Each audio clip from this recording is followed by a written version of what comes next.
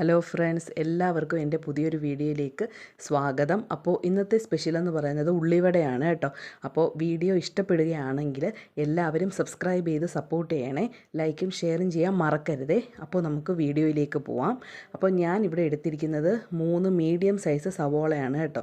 അപ്പോൾ സവോളയെല്ലാം കനം കുറച്ച് നീളത്തിൽ നമുക്ക് അരിഞ്ഞെടുക്കാം. അപ്പോൾ ഞാൻ സവാള എല്ലാം ഇവിടെ അരിഞ്ഞെടുത്തിട്ടുണ്ട്. അതിനകത്തോട്ട് കുറച്ച് ഉപ്പിട്ട് കൊടുക്കാം. ഉപ്പിട്ട് ഒന്ന് ഞെവിടി നമുക്കൊരു കുറച്ച് നേരം ഒന്ന് റെസ്റ്റ് ചെയ്യാൻ വെക്കാം. അതിനുശേഷം വേറൊരു ബൗൾ എടുത്തതിന് ശേഷം നമുക്ക് ഈ സവോള നന്നായിട്ട് പിഴിഞ്ഞെടുക്കാം കേട്ടോ. അതിനകത്ത് വെള്ളമെല്ലാം പിഴിഞ്ഞ് കളഞ്ഞിട്ട് ബൗളിനകത്തോട്ട് ഇട്ട് കൊടുക്കാം. അതിലേക്ക് ഒരു പച്ചമുളക് ചെറുതായിട്ട് റൗണ്ടായിട്ട് അരിഞ്ഞിട്ട് കൊടുക്കുന്നുണ്ട്.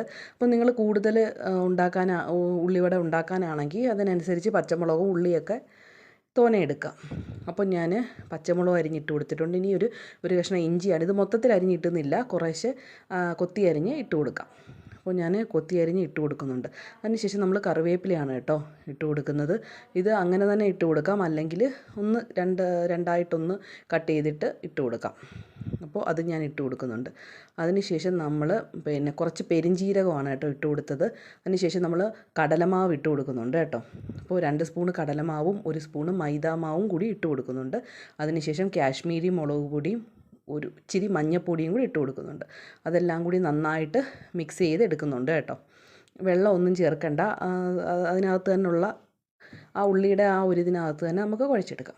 അതിനുശേഷം ഒരു പാത്രം വെച്ചിട്ട് അതിൻ്റെ അകത്തോട്ട് എണ്ണ ഒഴിച്ചു കൊടുക്കാം. വെളിച്ചെണ്ണയാണ് കേട്ടോ ഒഴിച്ചു കൊടുത്തിരിക്കുന്നത്. അത് ചൂടായി വരുമ്പോൾ കൈ രണ്ടും നമ്മൾ നന്നായിട്ട് നനച്ചതിന് ശേഷം ഇതുപോലെ ഉള്ളിവടയുടെ ഷേപ്പിൽ ആക്കി ഇട്ട് കൊടുക്കാം. അപ്പോൾ എണ്ണ ചൂടായിട്ടുണ്ട്, ഞാൻ ഇപ്പോൾ ഇട്ട് കൊടുക്കുകയാണ് കേട്ടോ. അപ്പോൾ ഇട്ട് കൊടുക്കുന്നുണ്ട്. എണ്ണ ഒരുപാട് അങ്ങ് ചൂടാവണ്ട, എന്നാൽ ഒരുപാട് ചൂട് കുറവും വേണ്ട, ആ ഒരു രീതിയിലായിരിക്കണം കേട്ടോ, അല്ലെങ്കിൽ അത് ശരിയായി വരില്ല.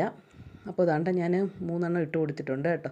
അപ്പോൾ അത് ഒരു വശം ഏകദേശം മൂത്ത് വന്നിട്ടുണ്ട്. അപ്പോൾ നമുക്ക് തിരിച്ചിട്ട് കൊടുക്കാം.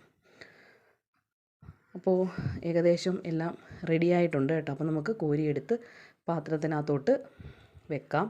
ഇപ്പോൾ ഒരു ഇല വെച്ചിട്ട് പാത്രത്തിനകത്തോട്ട് വെക്കുന്നുണ്ട് കേട്ടോ. പിന്നെ 3 കൂടെ ഉണ്ടാക്കിയിട്ടുണ്ട്, അതും കൂടി വെച്ചിട്ടുണ്ട്. അപ്പോൾ ഞാൻ എടുത്തതിന് നമുക്ക് 6 ഉള്ളിവടയാണ് കേട്ടോ. ഇത്രയും ഈ സൈസുള്ള ഉള്ളിവടയാണ് ഉണ്ടാക്കിയത്. അപ്പോൾ ചായ തിളപ്പിക്കാനായിട്ട് വെച്ചിട്ടുണ്ട്. അപ്പോൾ തേയില ഇട്ടിട്ടുണ്ട്. ഇനി നമുക്ക് പാലൊഴിച്ച് കൊടുക്കാം കേട്ടോ.